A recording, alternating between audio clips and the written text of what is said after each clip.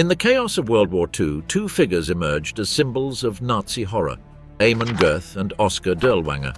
Goeth, commander of the Plazow concentration camp, ruled with relentless cruelty, executing prisoners from the balcony of his villa with the same ease as he drank his coffee. In another scene of terror, Dirlewanger led the infamous 36th SS Grenadier Division, a squad composed of criminals and discarded soldiers who devastated entire villages, mercilessly massacring civilians on the Eastern Front. Amon Göth was executed in Krakow after being convicted of war crimes. In his final moments, before being hanged on September 13, 1946, he expressed his loyalty to Nazism with his final words, "Heil Hitler." Join us to discover the fate of these men and their brutal destiny after the war. Number 1. Oskar Dirlewanger. Oskar Dirlewanger was born on the 26th of September 1895 in the city of Würzburg in the German Empire, although he spent much of his childhood in Esslingen am Neckar. There was no criminal history in his family, as his father August was a wealthy sales agent and his mother Paulina worked as a housewife. In his early years, nothing seemed to suggest that he would become one of the most brutal leaders of World War II. After his adolescence, Dirlewanger participated in World War I, where he managed to reach the rank of lieutenant. His performance was exemplary as he won the Iron Cross, which was awarded for acts of great bravery or, in the absence of that, for merits in commanding troops. However, a police report written in 1918 described him as a fanatic, violent, alcoholic, and mentally unstable man, accustomed to practicing violence under the influence of drugs. Between the years 1919 and 1921, he served in Upper Silesia for the Freikorps, a paramilitary group of the Weimar Republic. He was also what was called a Black Army, as he violated certain rules agreed upon in the Treaty of Versailles. In that context, he participated in the repression of communist uprisings in the Ruhr and Saxony. 12 months later, in 1922, he graduated in political science, and in 1923 he joined the Nazi Party. A few days after his affiliation, he was expelled from the National Socialist space. But the next year, his suspension was revoked. For a time, he managed a knitting factory until in 1932 he became the leader of the SA in Esslingen. In the span of 2 years, Dirlewanger did not attract attention for his misconduct and controversial actions. However, the calm ended when he was sentenced to 24 months in prison for kidnapping and sexually abusing a 14-year-old saleswoman. This abominable act led to the loss of both his titles and his decorations. He was also once again expelled from the Nazi Party. In 1936, he regained his freedom, and shortly after, he repeated his bad behavior, which led him to be sent to a concentration camp. However, his sentence did not last long, as his friend, SS Oberfuhrer Gottlob Berger, got him out of there and returned him to everyday life. This led to him having to leave the country, so he joined the Condor Legion and in 1937 emigrated to Spain, where the Spanish Civil War was unfolding. The Spanish conflict ended on the 1st of April 1939, and Oskar Dirlewanger returned to Germany.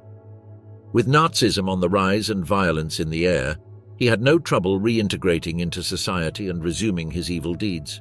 He soon joined the SS with the rank of SS Obersturmführer, that is, lieutenant. A few months later, World War II began, and it would be the peak for him to do whatever he wanted.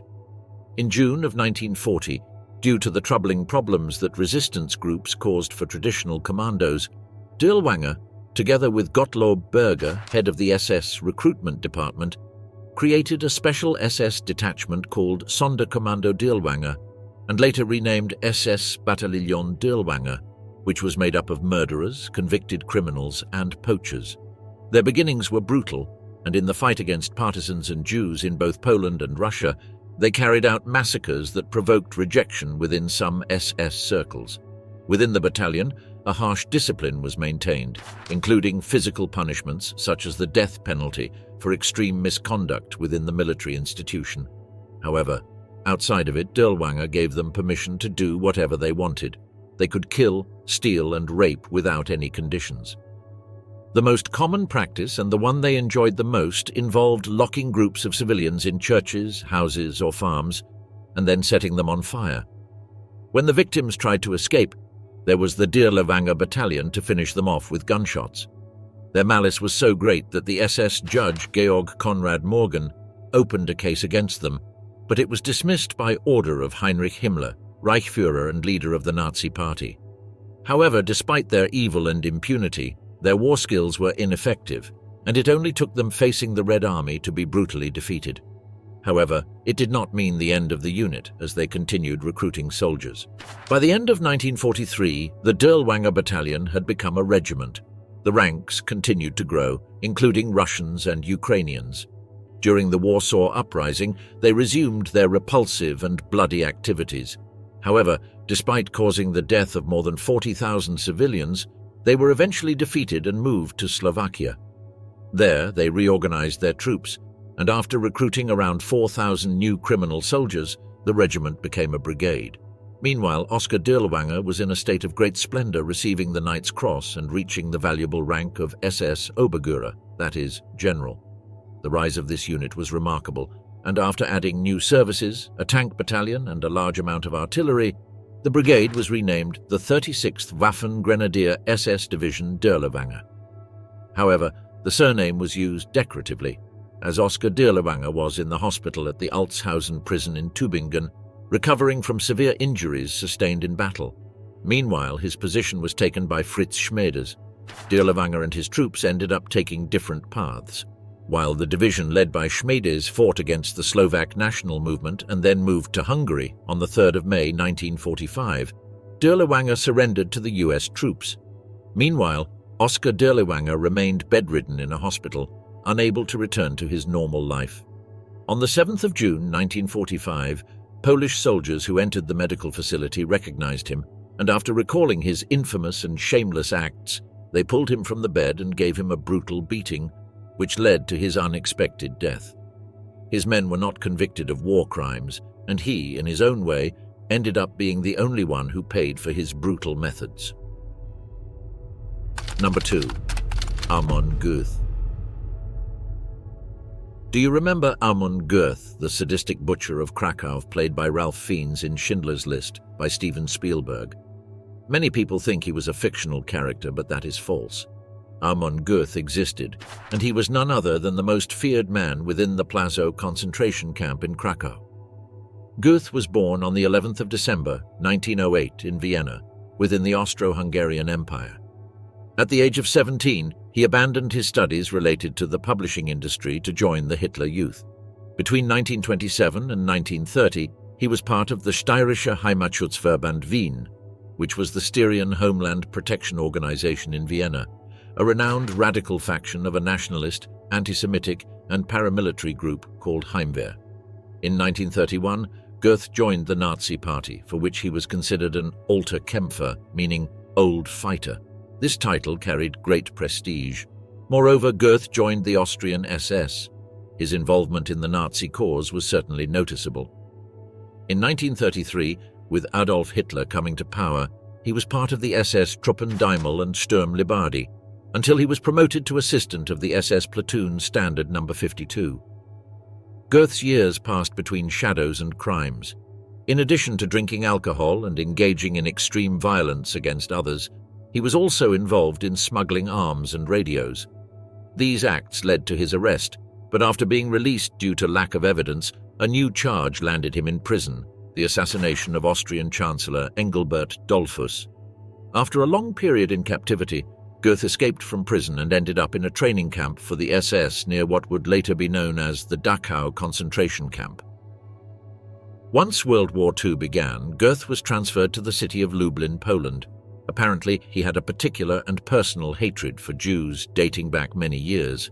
This is why, in the famous Reinhard operation, where Hitler's intent to murder all Polish Jews was made public, Goeth showed up and participated in the establishment of extermination camps such as Belzec, Treblinka, and Majdanek. The next move would mark the career of Goeth. His high military rank assigned him to the SS Death's Head units, also known as the Totenkopfverbände, where he was assigned as supervisor of the Plazow concentration camp in the city of Krakow, Poland. Once this was completed, a challenge awaited him that he had longed for his entire life: to be a commander. The anti-Semitic behaviors by Goeth did not take long to manifest. They used Jewish slave labor from the Krakow ghetto, and those who were unable to work were deported to extermination camps. The same fate befell those executed during the evacuation of the lands. The concentration camp was built, and Goeth breathed in the air of supremacy. He loudly warned the prisoners, "I am your God." The convicts watched him from below, terrified, knowing that the worst awaited them. In the first days of May 1944, there was news for the Kommandant, as 10,000 Hungarian Jews were to be sent to the Plazow camp. The facility was full, so there was no option but to relocate the prisoners already there. He told the children they would be sent to kindergarten, but it was a vile lie. After traveling packed in trucks to Auschwitz, they were murdered. This methodology was not random, as his methods of killing were bloody and repulsive. He delighted in seeing his two dogs, Rolf and Ralph, attack and tear apart prisoners until they were left to die. Moreover, he was skilled with firearms, so when he noticed that a convict stopped to rest after long hours of forced labor, he would shoot them from his kitchen window.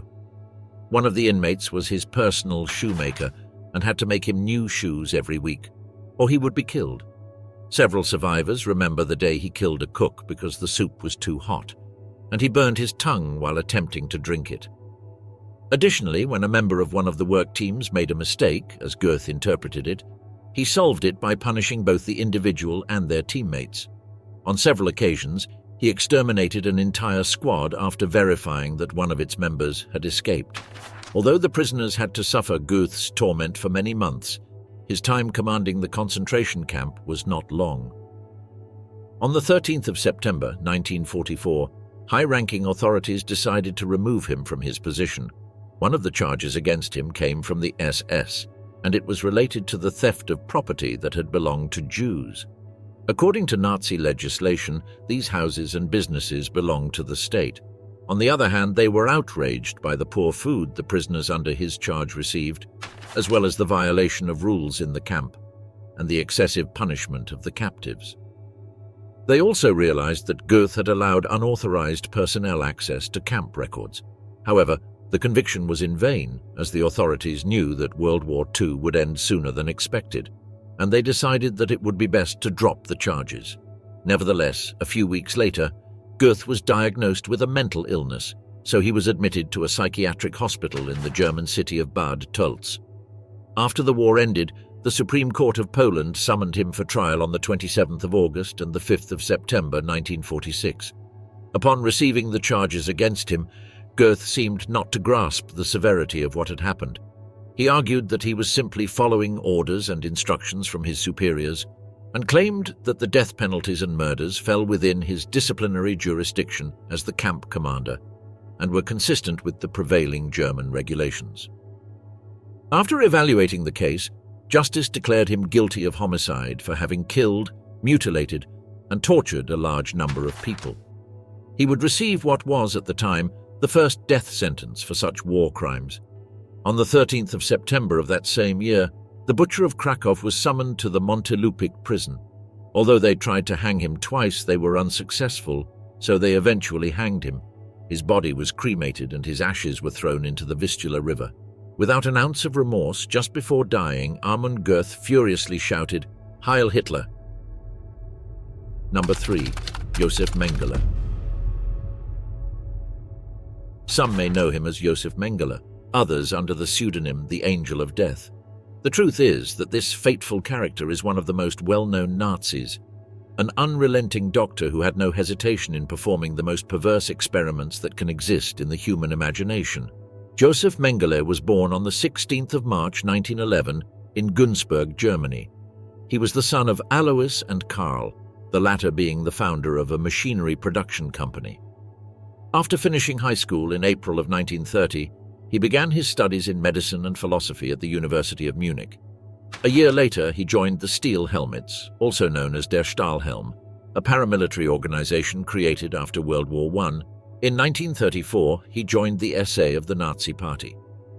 In January of 1937, Mengele graduated from the Institute of Hereditary Biology and Racial Hygiene in Frankfurt. Due to his excellent performance, he took the position of assistant to Ottmar Freiherr von Verschuer, a scientist who was researching genetics in twins. This subject particularly fascinated him. Moreover, he was convinced that Germans were biologically different and therefore superior to people of other races. In 1938, he joined the Nazi Party and the SS. There he displayed his skills as a scientist, most notably by seeking to increase the supposed superior race. Mengele's first steps in World War II were in 1940 within the Wehrmacht. However, he wasn't interested in fighting at the front, so he volunteered for medical service in the Waffen-SS. He soon did tasks for the Central Office of Race in Poland until he was assigned as the medical officer of the engineering battalion of the SS Viking Division. A year later, he returned to work for Verschuer, his mentor, who was serving as the director of the Kaiser Wilhelm Institute of Anthropology, Human Genetics and Eugenics in Berlin. Mengele was patient and knew that sooner or later the time would come for him to lead his own laboratory and carry out the most cruel experiments imaginable. On the 30th of May 1943, he fulfilled his long-awaited wish to become the doctor of the Auschwitz-Birkenau concentration camp, and a few months later, he became the chief physician.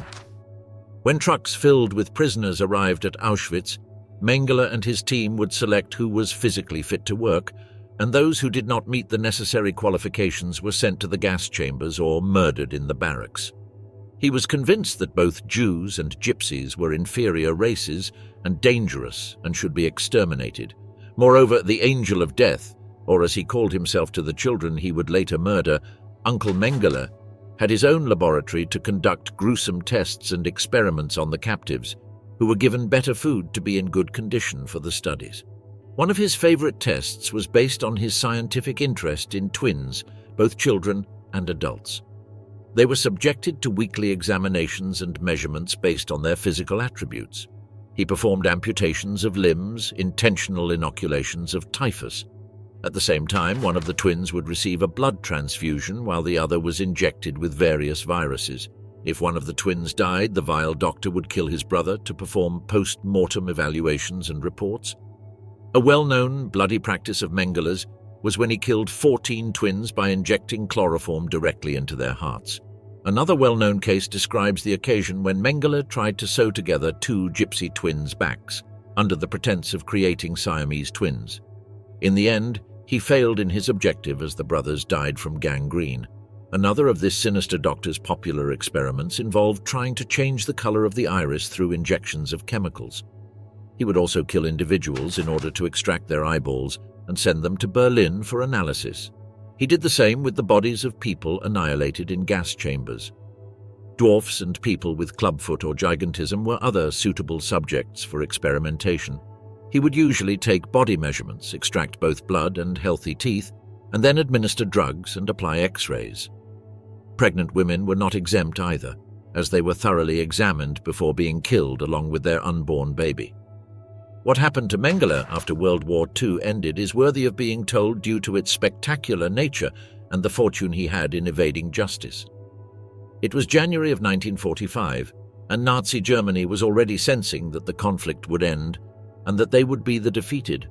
This is why Mengele fled Auschwitz along with his medical team and joined a military unit that eventually surrendered to their American opponents.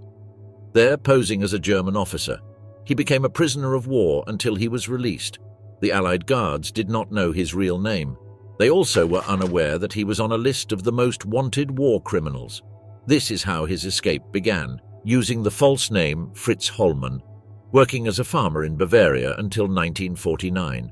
He then traveled to Genoa, Italy, before boarding a ship to Argentina with a passport erroneously issued by the Red Cross.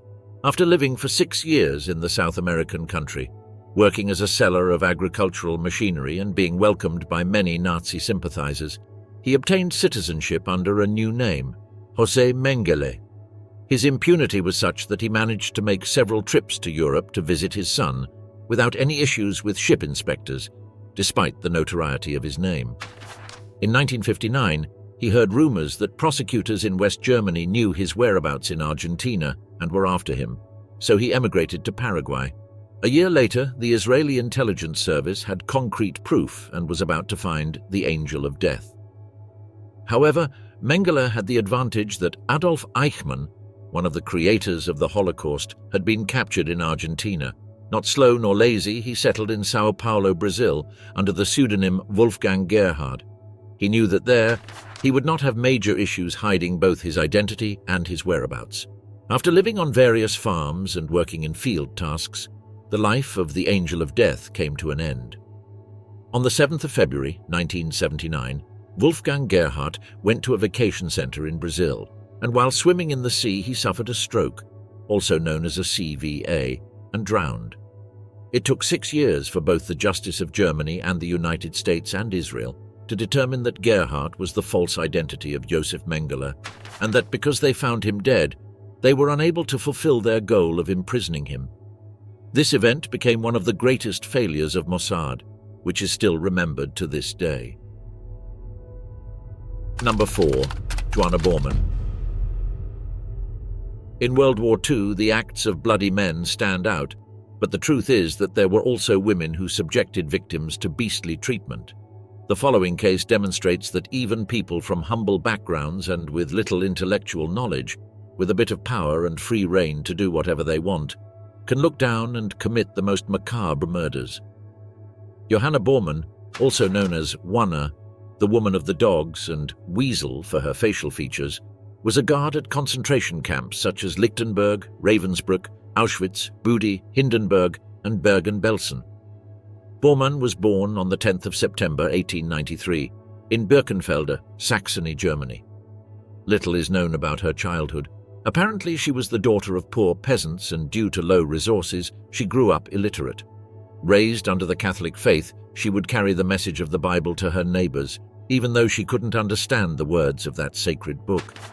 Before the war, she worked as a floor cleaner in a mental asylum, which was actually more of an Aryan race preservation center created by the Nazi authorities already in power.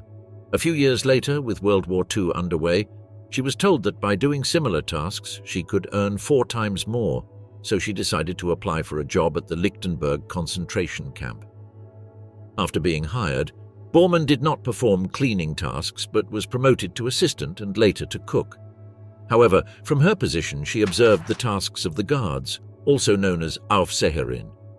She became fascinated and requested the camp authorities to consider her for that position. At first, she did not use the dogs for her murders, so she simply mistreated and beat them with a stick and a club. Soon, she was transferred to Auschwitz-Birkenau, where she was trained by Maria Mandel, known as the Beast of Auschwitz, and Irma Gräser, nicknamed the Exterminator Angel, from whom she learned new torture techniques. After some time in the role of a guard, Bormann began to bond with the German shepherd dogs. This is how she began training them until they were capable of killing humans. After the war, many testimonies indicated the mistreatment carried out by Bormann. According to the statement of survivor Rachela Kelizek, the guard would send her dogs to bite Regina, one of the prisoners. She first began to tear apart her legs in a fit of rage. Then she moved upward until she reached her neck. Regina died completely devoured by Bormann's dogs. Regina was not the only victim of this modus operandi. It is estimated that Bormann's dogs killed between 50 and 500 prisoners a day. Another practice that delighted the woman of the dogs was killing prisoners who attempted to escape. She would also set traps for the captives. This involved forcing them to run toward the electrified fences in search of an extra ration of food. Once they reached their destination, they were shot at point-blank range. This practice was not random. It was a shooting contest between guards. Later, she was transferred to Bergen-Belsen.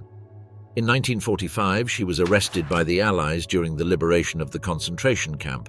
On the 17th of September 1945, Johanna Bormann had to sit before the British tribunal for the trial regarding the crimes committed at Bergen-Belsen. Survivors testified that the woman of the dogs formed selections with several SS doctors at the entrance to the camp and decided who would do forced labor and who would be sent to the gas chamber. Ada Bimko, a Jewish doctor at Auschwitz, stated that she had to attend to prisoners who suffered bites from her dogs. Meanwhile, Dora Silberberg, a Jewish captive, confessed that she had been attacked with blows from a stick. She claimed that Bormann tore out 2 of her teeth and caused severe injuries. Another survivor, Alexandra Siwidowa, stated that Bormann beat women who wore supposedly good clothes. They were also forced to undress and perform extremely tiring physical exercises. When they reached a state of extreme exhaustion, Bormann would beat them on the head and back with a stick. Ella Lingens-Reiner, a prisoner doctor at Auschwitz, stated that Bormann was miserable, an unhappy creature who was not loved by anyone, who loved no one but her dog. When it was her turn to defend herself, the guard claimed that everything she did was just to make good money. She did not consider herself a Nazi nor had any ideology. According to her statements, she never used the dogs to attack prisoners or killed anyone. She also said that she would slap or slap the women on the ears who did not obey orders. Finally, the woman of the dogs was sentenced to hang. On the morning of the 13th of December, the same day that her mentor Irma Gress's sentence was carried out, she walked towards the gallows at the Hamelin prison in Westphalia. According to the writings of Albert Pierrepoint, a British executioner, she limped down the corridor looking very old and haggard. She was only 52 years old and stood at just 1 meter and 52 centimeters tall. She was trembling and stepped onto the scale. She said in German, "I have my feelings." These were her last words. And so we have reached the end of the video. This was what happened to Oskar Dirlewanger, Amon Göth, Josef Mengele, and Johanna Bormann. Write to us in the comments to let us know which curiosity surprised you the most. And don't forget to subscribe to keep up with all the content on our channel.